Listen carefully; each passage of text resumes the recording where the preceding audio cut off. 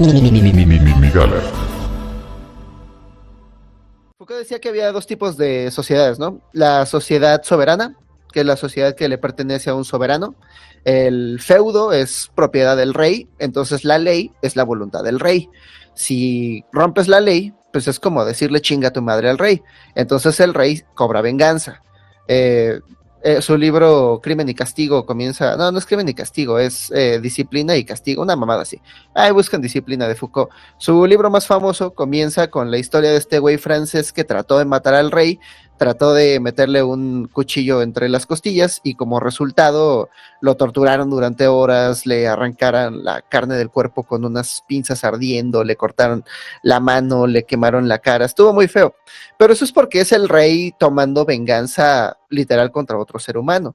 Pero estas sociedades son muy frágiles porque el rey es solo uno y es muy fácil, ¿no? Este güey casi mata al rey y si no tiene un heredero, entonces chingó a su madre toda la descendencia. Entonces, si necesitas rebelarte en contra de un gobierno que no está funcionando y es un gobierno soberano, pues ya sabes quién es el rey, ya sabes quiénes son sus seguidores, entonces nada más vas, te los chingas y tienes un nuevo rey. Como resultado de eso, en la modernidad, Europa y después las pobres colonias que le seguimos, desarrollaron sociedades de disciplinarias. En las sociedades disciplinarias todos actuamos como si estuviéramos siendo completamente observados todo el tiempo, ¿no? En las sociedades disciplinarias habitamos espacios y tiempos y estos espacios y tiempos están siendo regulados constantemente por las autoridades a nuestro alrededor, ¿no? Tú tienes que ir a las 7 a la escuela, pero después de la escuela tienes que ir a tal lado y luego cuando te gradúas tienes que ir a tal hora a una fábrica y todo el tiempo el espacio que ocupas y el tiempo que ocupas está siendo controlado, no ya para, decía Foucault, ya no administran la muerte como los reyes que imparten muerte cuando rompes la ley, ellos más bien administran la vida, es como tenemos toda esta vida ocurriendo entre nuestras fronteras, entonces para que no se agarren a putazos y para que produzcan y sean un poco más, generen más ganancia, pues vamos a ponerlos en estos espacios determinados a tal hora a hacer tales cosas. Y por medio de nuestras instituciones vamos a educarlos para que ocupen estos espacios y hagan tal cosa. Decía Foucault que las escuelas cumplen la misma función que los manicomios y las cárceles, que es clasificar gente y mandarla al lugar que le pertenece. Pero esto ha cambiado desde los 90, ¿no? Desde los 90 y más este año, ¿no? Este año que ya nadie está ocupando el espacio que solía ocupar y los tiempos ya no significan lo mismo. Por lo cual, desde los 90, este muchacho que se llama Deleuze, un filósofo francés, habla acerca de sociedades de control, sociedades donde ya ni siquiera tienes que disciplinarte para hacer las cosas, ya ni siquiera tienen que enseñarte qué lugar y qué espacio ocupar, sino que a través de la automatización de los procesos a tu alrededor, de las máquinas, digamos, el sistema educativo es una máquina, el sistema financiero es una máquina, la ciudad que ocupas es una máquina y a veces habitas como dentro de una máquina, ni nada dentro de otra máquina. Bueno, estas máquinas están dispuestas de tal modo que si no cumples ciertos parámetros, entonces no se te abren las ventanas para ocupar otros espacios de existencia, ¿no? Por ejemplo, si no acabas la prepa, pues no puedes entrar a la universidad y si no entras a la universidad no puedes tener acceso a ciertos futuros posibles, ciertos trabajos que están ahí en tu futuro y que de cierto modo ponen como el techo de la vida que puedes admitir, ¿no? Que puedes vivir. Entonces, pareciera que estamos cada vez más siendo parte de como productos de nuestro medio ambiente, pero este medio ambiente está siendo moldeado por las instituciones a nuestro alrededor. Eso en la clase media y en la clase alta de las sociedades, ¿no? La gran mayoría de la humanidad vive en pobreza, el 60% de los mexicanos, por ejemplo, son pobres, y ellos creo que todavía habitan sistemas bastante punitivos, sistemas bastante medievales de impartición de justicia, donde igual y si te va bien, ¿no? En tu horario laboral ocupas una posición Foucaultiana, una posición en una sociedad de disciplina donde si llegas tarde al jale te regañan, pero la gran parte del tiempo, si las instituciones no sirven, la ley del más fuerte es me la haces, me la pagas. Entonces creo que está muy bien la teoría de los que han pensado acerca de cómo nos estamos organizando como seres humanos, pero no es como que transicionemos de una a otra y ya estamos como superando el sistema medieval. Aquí en México, en muchos lugares, creo que todavía tenemos un estado soberano. Bueno. Dale. Ok, gracias. Bueno, también te diste un brinco muy grande, ¿no? Como a la necesidad de justicia del individuo, que es una necesidad de conciliación, y yo insisto en esto, y ya a la existencia de un Estado como proporcionador de justicia.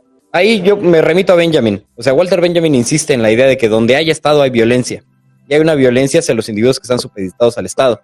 Y se sobrepone la idea de Benjamin sobre la de Foucault y la de Deleuze, que pareciera que no afecta a la clase media la existencia de un Estado, pero claro que lo afecta y claro que están supeditados a las reglas y a las estructuras que el Estado ha impuesto sobre las personas que ya existen sobre ese Estado. Donde hay Estado hay violencia, dice Benjamin. Y no podemos evitar sentir, ¿no?, que las grandes penas que sufren las personas que viven en las situaciones más graves de pobreza son penas en su mayoría causadas por instituciones y por esquemas y por sistemas que preexisten a estas mismas personas. Pero esto no nos soluciona el problema de la violencia y el problema de la justicia en la búsqueda del individuo. O sea, un individuo en un estado precario, un individuo en un sistema económico precario, en un sistema económico mal implementado, en un sistema judicial corrupto, ¿qué idea tiene de justicia? ¿Cómo entiende este individuo la aplicación y la ejecución de la justicia? Donde el sistema judicial le ha fallado, donde se plantea como un esquema perfecto, pero imperfecto, a favor de las personas que pueden pagar por sus imperfecciones, entonces el individuo opta por buscar conciliaciones a su propia manera. Además, conciliaciones que las logra a través de un desarrollo filosófico, mermado también por este mismo sistema. O sea, son individuos creados y desarrollados en un sistema que no les ha provisto capacidades de conciliación, de justicia, suficientes que no sean simplemente la venganza del otro. Y entonces regresamos, o sea, y ahí es donde existe la premedievalidad de la idea de la justicia que tienen la mayoría de las personas en este país. Es una idea de la ley del talión, es una idea babilónica de la justicia, donde si una persona te hace un mal, córtale la mano. Esa es la idea de la justicia que existe, donde no hemos conseguido entender que tenemos que aplicar otras medidas para resolver los problemas de injusticia en los que estamos absueltos. ¿Cuáles son los ocasionadores de esos problemas de justicia? Ahí sí ya entra el tema Foucaultiano, porque ya somos una sociedad del siglo XXI, creo. Pero en su origen, esto todavía deja desamparado. O sea, la idea de Foucault y la idea de Deleuze siguen dejando desamparado al individuo en su conciliación de justicia y lo siguen delegando todo a la existencia de un estado clase mediero y solo para estas personas. O sea, no sé si me explico. O sea, sigue pensando. O sea, todas las personas pobres, ¿qué tú puedes pensar de estas personas, no? O sea, que les falta hambre. Que les falta hambre, que les falta pensamiento. O sea, si les aplicas, o sea, si los interpretas a rajatabla con lo que plantea Foucault y lo que plantea Deleuze, sigue quedando desamparada la idea básica de qué es la justicia para estas personas. Y eso es lo que tiene que cambiar para que cambie, digamos, para que el río de sangre se detenga. Tenemos que entender y replantearnos entre nosotros la idea de justicia. Ahí me gustaría preguntar, ¿estamos hablando de la justicia que debería ser o la justicia que es? Esa es la pregunta, ¿cuál es la justicia que debe ser? Es que es como ya nos metemos con lo que... A ver, es que la justicia ¿qué es? Eso es porque yo lo veo en dos partes, o sea, yo lo veo, por ejemplo, o sea, lo podemos dividir hasta este momento en tres partes. ¿Cuál es la justicia que hay ahora? ¿Cuál es la justicia que debe ser como global por individuo? Luego hay otra parte, ¿cuál es la justicia entre estructuras supraindividuales? ¿Cuál es la justicia entre estados? Y ya en un último punto, ¿qué significa esta extraña justicia que nos plantea el Estado que se llama sistema judicial? El sistema judicial, hoy por hoy, Benjamin lo dice, es el brazo fáctico, el brazo coercitivo del Estado. El policía sirve no más que para hacer ejercer la voluntad del Estado sobre tu voluntad.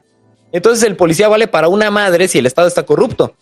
Ese es un gran problema. Pero si no hay Estado, sigue existiendo el dilema de justicia entre los individuos. Y nosotros, ahí es donde entra el problema. Nosotros vivimos en una sociedad donde el Estado muchas veces está ausente. En la montaña de Guerrero, el Estado está ausente. En el Cártel Jalisco Nueva Generación, el Estado está ausente. El sistema judicial no sirve para una chingada Y ahí tenemos que plantearnos entonces, ¿cuál es la justicia? Estaba hablando de ese tema con Mateo acerca de el análisis medioambiental de la violencia, ¿no? Y muchas veces tienes razón, las instituciones son como el medio ambiente que los seres humanos nos hemos construido para nosotros. Y pues es la única manera en la que puedes convencer a... ¿Cuántos somos? 135 millones de cabrones de colaborar México, con un proyecto de nación, ¿no? Porque la nación de México, si no tienes todo un trabajo de educación, de adoctrinamiento, de convencimiento, entonces, ¿qué te significa el nombre México? Ni siquiera has visitado sus fronteras, no sabes cómo se ve. Y luego todavía tienes que colaborar con la gente que vive en su interior, está cabrón. Ahora, si el mito que lo sostiene, digamos la institución, es fuerte, si ves que hay luz en tus calles, que estás seguro, que es como ver... me gusta pensar en las instituciones como en los dioses del siglo XXI, porque son como estos mitos que nos contamos acerca de cómo funciona el mundo de acuerdo a leyes más o menos arbitrarias, pero que al final fueron creadas por el ser humano, ¿no? Pero cuando los dioses funcionan, cuando están vivas las instituciones, pues ves que hay policías en las calles, hay luz, hay agua, no pasa nada, ¿no? Es cuando se rompen estas instituciones que la gente revierte a modos de supervivencia un poco más tribales, a lealtades un poco más evidentes, quizá no al nivel de la familia, que es, digamos, la lealtad más evidente, ¿no? Hasta biológica, pero entonces si no puedes ver a este gran México que dice protegerte, pues te vas a aliar con el Mencho, ¿no? Que está ahí en la esquina y sus hombres sí te protegen. Sí, te vas a ir con los carteles. Sobre leyes infalibles, ahí el asunto es la falibilidad de las leyes. El Estado se manifiesta en las leyes que impone. Y las leyes que impone, las impone como un supuesto infalible. O sea, a ti te dicen, esta es la ley, y si te sales de este parámetro, incurres en un delito. ¿Y qué pasa cuando incurres en un delito, pero sigues existiendo? ¿Qué pasa cuando incurres en un delito y la ley no te persigue? Ahí entonces la infalibilidad de la ley se pone en juego. Porque al final entendemos, ¿no? La ley es una ficción social. Es una de las grandes ficciones sociales junto con el Estado y la economía y el valor del dinero. Son ficciones sociales, son mentiras que entre nosotros aceptamos como una realidad conveniente para poder sobrellevar nuestra vida. Pero, ¿qué pasa, por ejemplo, si tú llegas con un billete de 500 pesos a mi tienda y yo te digo, en esta tienda este billete nada más vale $1, Hobbit, perdóname? ¿Qué pasa si tú empiezas a interpretar las leyes a tu propio gusto y a tu propia conveniencia? Eso es lo que pasa cuando estás en un estado de falta de derecho. O estás en un estado de falta de Estado en sí mismo, ¿no? O sea, el Estado no se manifiesta en su verdadera representación. Entonces, ¿qué hace el individuo? O sea, si aquí el peso del Hobbit no vale 500 pesos, entonces voy a inventar mi propio peso que sí valga lo que tiene que valer. El individuo recurre a ficciones sociales más convincentes, a ficciones sociales más eficientes. Y ahí es donde surgen alteridades del derecho, alteridades de la legalidad. Y esas alteridades de la legalidad es la que le están dando en la madre al tejido y a la idea del Estado. El Estado no se puede sostener porque el Estado no se manifiesta y el Estado no se hace valer en las leyes que el mismo Estado ejerció. En tanto que un policía sea corrupto, en tanto que haya un estado de transigencia de las leyes, entonces esas leyes valen madre y las leyes del pueblo son las que realmente van a empezar a valer. Y ahí es donde dices, es que si el Mencho me ve pasándome de verga, ahí sí me van a tronar. Y esas sí son las verdaderas leyes que sí verdaderamente valen en esta ficción social del mundo.